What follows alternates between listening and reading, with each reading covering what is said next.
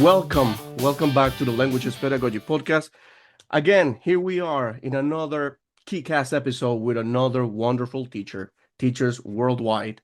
And today we're going to have a really cool conversation with someone, very interesting person, with a very good story on the back. So today we're going to have Yulia, who's a teacher, multilingual teacher. She's actually just guiding students, families in her new country, in Germany, helping them out a little bit with the multilingualism and how to use the languages and different languages. Maybe at home they speak one language or something like it. Something there she's going to explain today. So I want to say thank you very much for accepting this invitation. And please, welcome. Introduce yourself. Let us know who you are, what you do. Thanks, Mike, for inviting me. It's super exciting to be here. As you said, I'm a teacher, qualified teacher of German and English languages, mainly as foreign languages. I have in my career at some point qualified as a bilingual specialist in a specialist in bilingual education.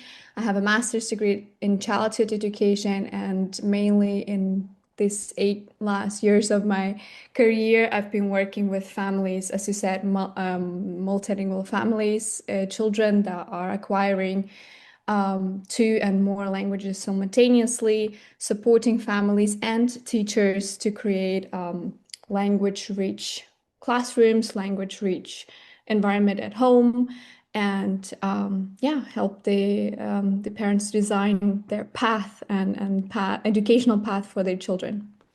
Exactly. Well, yeah, this is going to be a very interesting topic to talk with you. The hidden crisis of multilingual families, why children lose their home language, and how to prevent it. That's a good one. So here are a couple of opening questions that I would like to actually just put it there for our listeners. Why do so many multilingual children suddenly stop speaking their parents' language? That's one. What do you think? Just put in the comments below and tell us. Let us know what you think about it. Is bilingualism really natural, or can it quietly disappear? That's another one.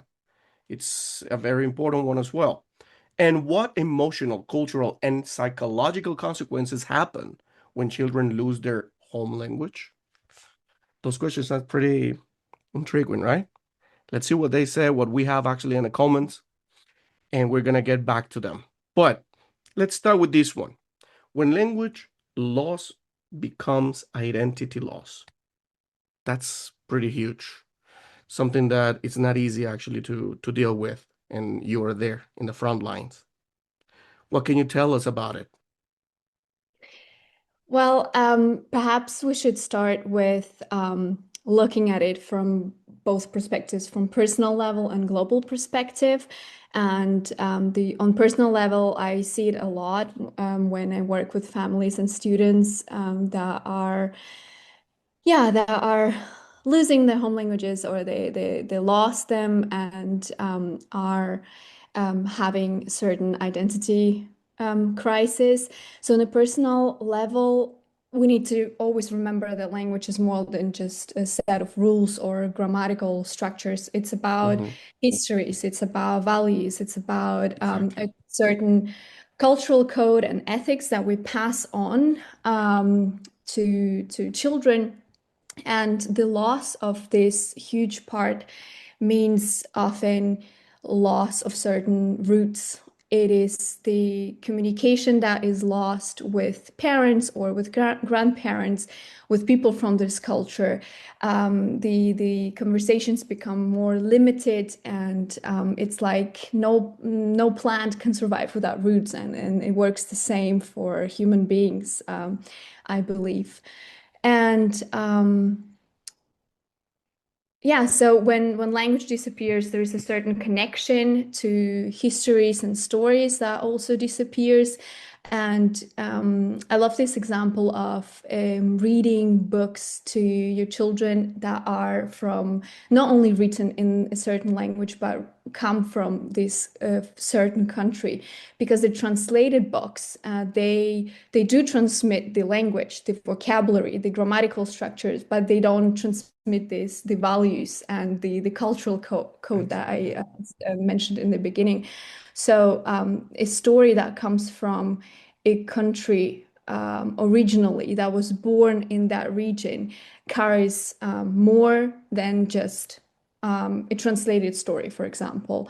And that's the metaphor I use when I say why this language loss is also a personal identity kind of loss of piece of Mm, yourself, yeah.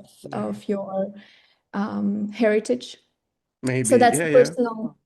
that's a personal level. And if we look at the macro level, at the global level, of course, it's a broader crisis. And when we speak here about minority languages that are slowly lost in the countries where there was a certain um, um, language that was overtaking the rest of the minority languages. Yeah. There are lots of examples in Latin America, in the US, Yeah. in Canada, where we could see this development. And of course, when as generations grow up without learning their languages, of their ancestors, the communities lost not only words, but they also lost traditional knowledge, oral histories, ceremonies, and cultural practices embedded in those languages.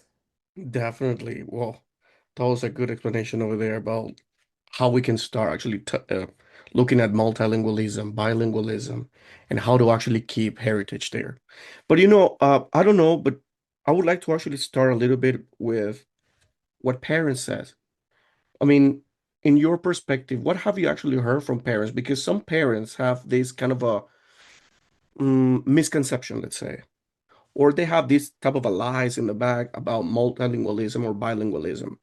And some of them actually says that speaking two languages confuses children. Mhm. Do you think this is a myth or truth? I love this one because you're starting a very dangerous topic related to those fictions versus facts, right? Hmm. There's lots of fiction in the whole language development, also coming not only from parents, which I would justify by the lack of knowledge, and well, no, everybody has to be a language specialist, but also coming from people, educated people who are supposed to support language development, educators in kindergartens, teachers in schools, and this all is coming from, I suppose, personal opinions, prejudices, or perhaps the outdated knowledge that was transmitted at some point in their teacher training.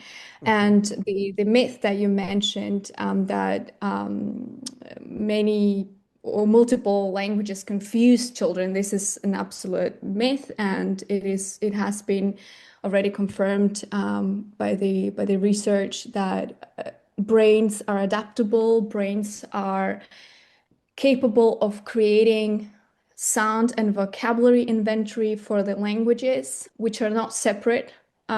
We used to believe they're separate and they're not connected at all, but they are interconnected in our brain, and they are activated at the same time. And if it doesn't convince you, perhaps I could give you another fact is that actually in the third trimester of pregnancy, so it's roughly 28, 40 weeks, Hmm. fetuses can, or a child can learn aspects of their mother's language, especially rhythm, intonation, and melody.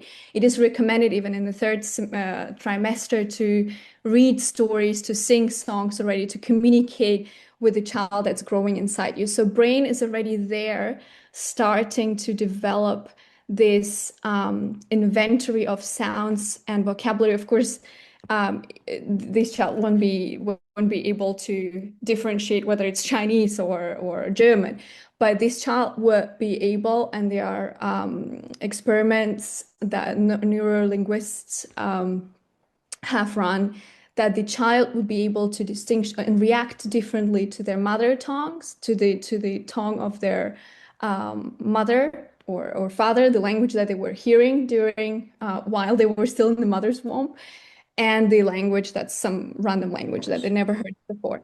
So that's absolutely amazing what brain can do, and I feel like it is such a huge it is huge research and work behind it that's been done that proves that we're not confused and children are not Mhm. confused, and it is absolutely possible to learn multiple Multiple languages languages. simultaneously, and most importantly, not only in the childhood but also in the adulthood when Yeah. teenagers, adults, and yeah, so brains are amazing. That's the bottom line. Yeah, it definitely they're amazing. I mean, brains are perfect machines, actually. I would say we don't actually use it correctly sometimes, but it is like Yeah. that. And but I'm glad actually you brought the adulthood as well, because most of that's another misconception, not only with the babies or the little kids, learning multiple languages at the same time or whatever, or having or being in an environment with multiple languages, which is might be a little bit hard for them, people might think. But also with adults also have this misconception like, oh no, I'm not gonna be able to speak different languages. It's too hard or whatever. But now in this podcast we have also parents. So for sure, one of them might be quite worried. And this might say, you know what? Okay, you're talking about multiple languages. You're talking about having two languages at home or three languages at home. But my child is mixing languages. Should I worry? Mm. The short answer is no, and let me explain why. And I think mixing languages goes both for parents and children, right? I hear that Mhm. often that, oh, I am a speaker of two, three languages, and I'm mixing languages myself with my child. Is it a problem or not? So let's start with the children. With children, it is not a problem at all in terms of it is how brain works, right? And there is a scientific term or terms. One is code switching, and the other one is translanguaging. So as I said, we used to believe that there is a separate box with language one, a separate box with language two, and now it Mhm. is has been proven it is not longer the case that I turn off like right now as I'm speaking. So German is active in my brain, although I'm speaking in English. My another home language is Russian is active in my brain. So it is not that I kind of left it somewhere and now only English is active. This is absolutely wrong. So I right now I'm capable. It's also called a certain linguistic skill. I'm capable of not mixing because I'm an adult and I have developed certain skill. But children do that naturally, and they would communicate using all their languages at the same time. And it is absolutely not a problem at all in the beginning. Later on, as they develop their linguistic skill, they will be able to stick to more monolingual mode, as I said, as I'm doing now. And but then also depending on the setting, if I know that the person I'm communicating with speaks German and English, I might mix it flexibly because I understand that the person who's sitting in front of me understands both. So brains do this kind of tricks, Yeah. and with the right support and guidance, children will learn how to kind of turn on this monolingual mode. Right now, I'm speaking to a person who only understands English, and I'm going to stick to English. I'm a teacher of English and German languages with a master's degree in childhood education, and for over 8 years now, I've been working with international and bilingual families, supporting children and parents on their language learning journey. I help families design a family language plan and educational path for bilingual children, create a language-rich environment at home where all languages can thrive, and make informed decisions that are based on research and science and not on opinions and monolingual bias. Yeah. So this is a natural process of language development. It is not a problem at all. And for parents who are bilingual, multilingual themselves, there is this rule of OPOL, which is one person, one language, right? So if you are a speaker for your child, you decided to speak Spanish to your child, you should only stick to Spanish.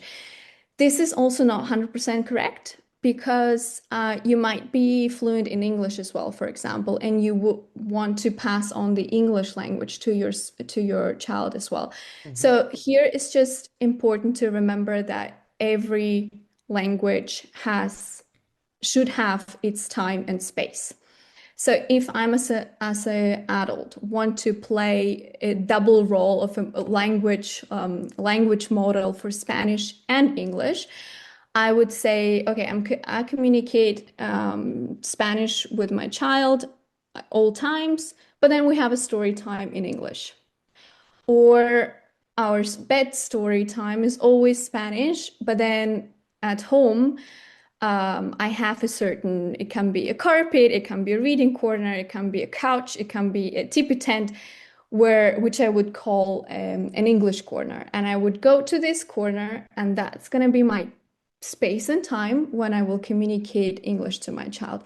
So, and switching is absolutely, this code switching for adults as well is absolutely natural and normal.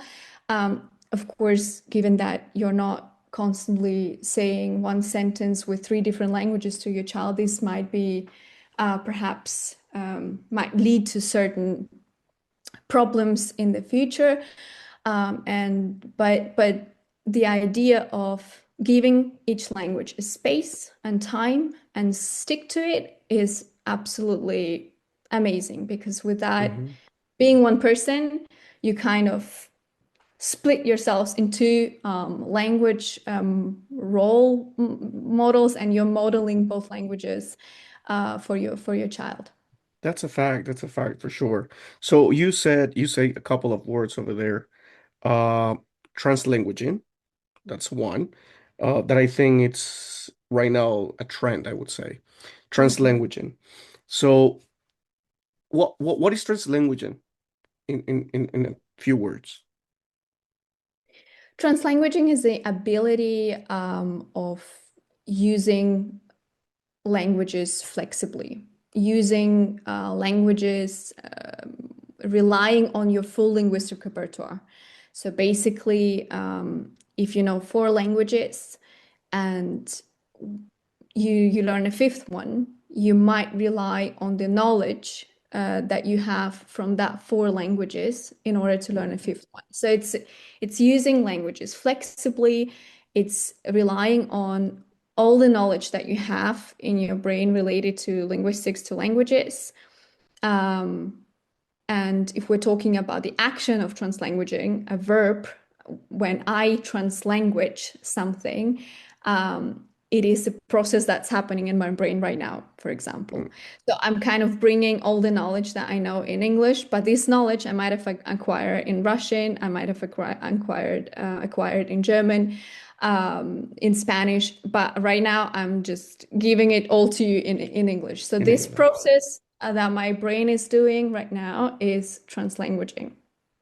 Beautiful. You couldn't be explained better. That's amazing. Thank you. So another one, since now we are in this time that screens, we're actually just pretty much exposed to screens 24/7. Kids are exposed to screens, and we as adults as well. We need them now. So does screen time help or hurt multilingualism? What is your perspective on it?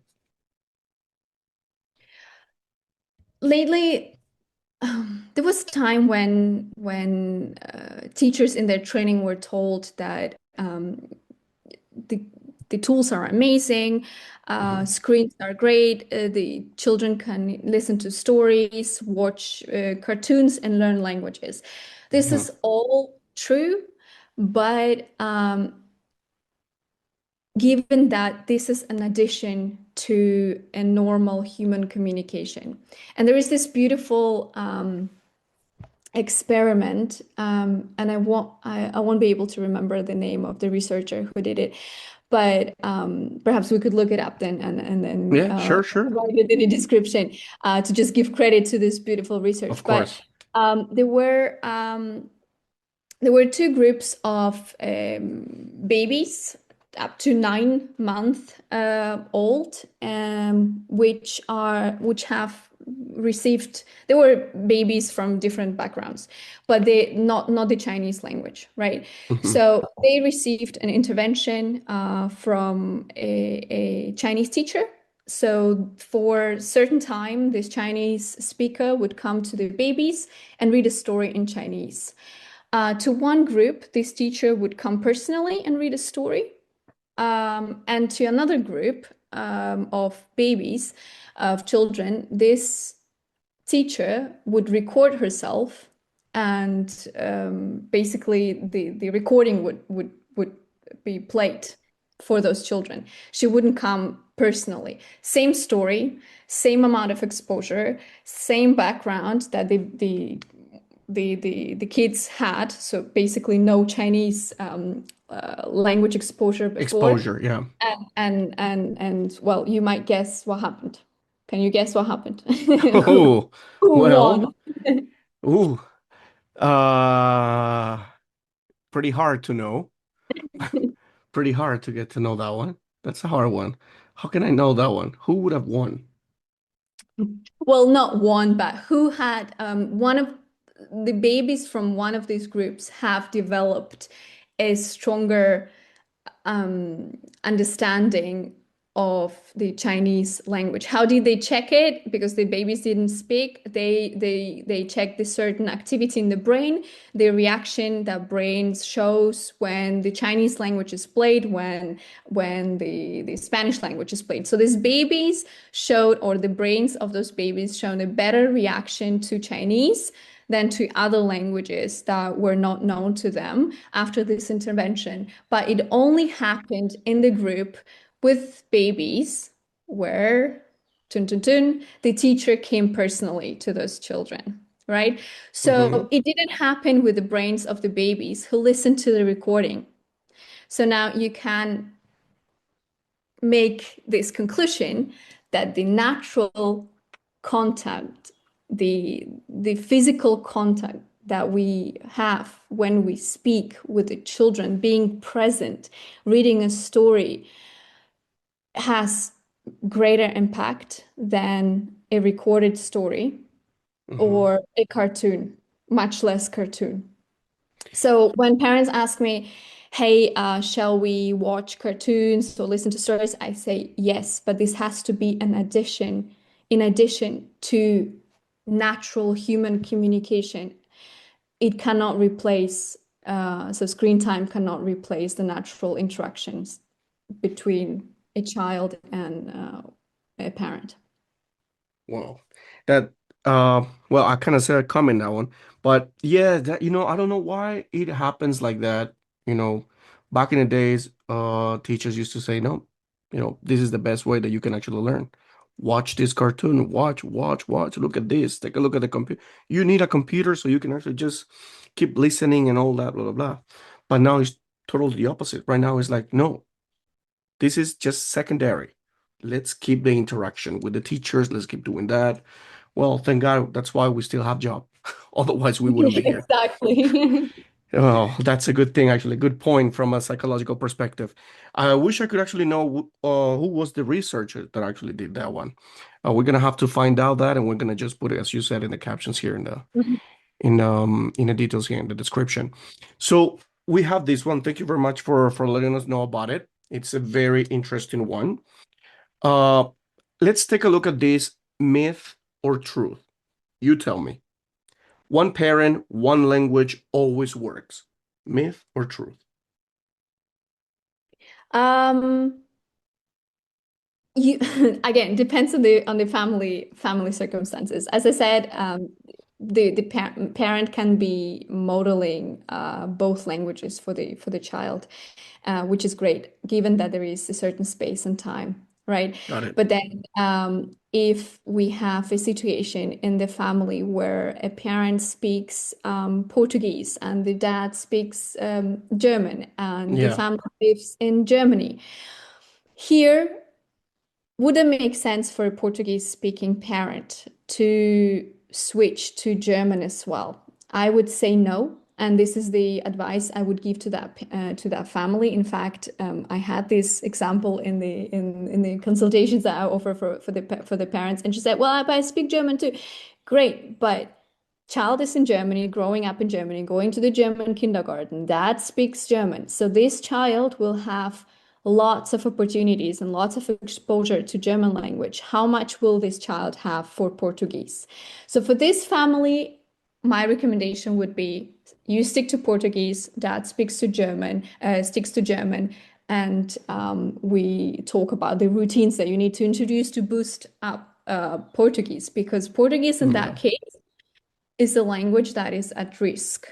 It's Yeah. the language that, if you look at the family plan or family routines or how their day is structured, Portuguese has a super tiny space and Hmm. very little time, whereas German is overtaking all of this. And with time, when the child has contacts, all the social contacts, friends, it will be German because the child will be going to German school, and Yeah. Portuguese will be lost. So in that case, I would say it is absolutely good idea to stick to this OPOL. Got it. Okay, fair enough. Let's take a look Mhm. at the next one. Myth or truth? You tell me. English should come first. Can you explain that one? English should come first in At terms home, of. for example, people instead of like keep doing the Portuguese or like the German, they say no, no, no, no. Let's stick to English and then the other ones. Okay, so if you're connecting it to the prestige that English Hmm. has, perhaps. Okay. Yeah, that's a very interesting one too, because there is this term linguistic prestige. Hmm. And of course, certain languages have more value, and it's just undeniable because certain languages are connected to power, to money, to economics, to possibilities. And historically, those languages are English, German, perhaps Spanish. And that's the reason why those languages are offered actually in many schools as a second language. Hmm. I never met a person who chose Hindi as their second language in school. So and of course, this comes from that assumption that English is more important, Yeah. and or German is more important, and we have to do that first, and our home Hmm. language is not important. Now we're coming back to the whole identity crisis, to the loss of connections and roots to the family. If you're coming from a different language background and you're Hmm. trying to introduce English, then certainly your child will learn English, and that would be Yeah. their main um, language that they're going to master. And the home language will come to the point when the home language will be lost, right? And then another aspect is that in order to learn, and I say that to the families, again, it depends. It depends on the circumstances, right?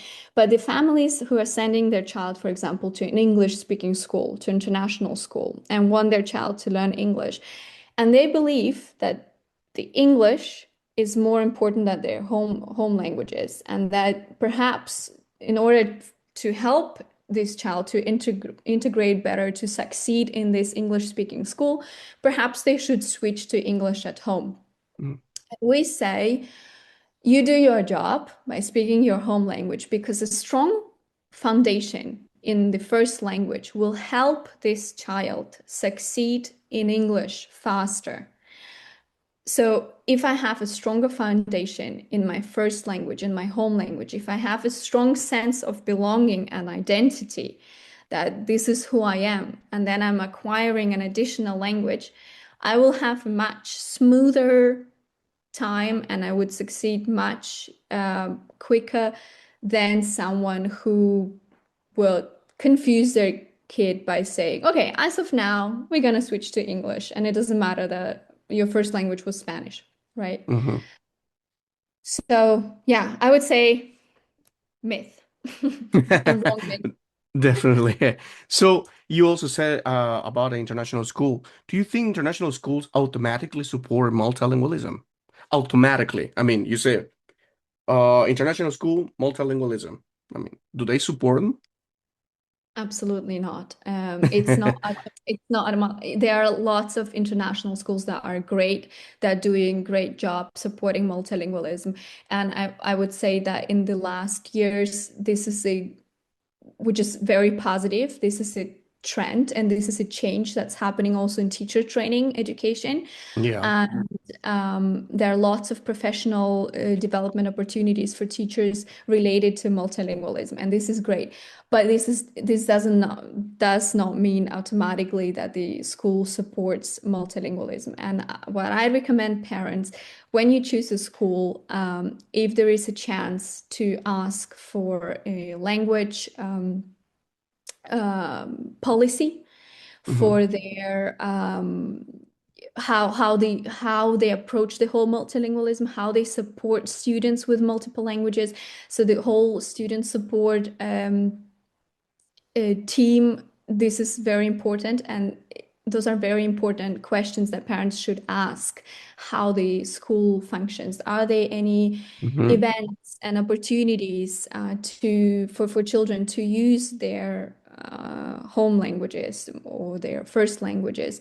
How those languages are supported in the in class. Again, language policy is a school policy, right? It's and then every teacher takes it to the level what they think is best, and you can support it more or less as a teacher, also given exactly. your own knowledge and your own um, if the resources are given, right? If the time is given. But again, the policy is already a foundation, and it's a very good Hmm. foundation. It means that the school has taken this step to be a Exactly. language-friendly school, and they will send their teachers to professional developments. They will insist on implementing those translanguaging strategies and pedagogy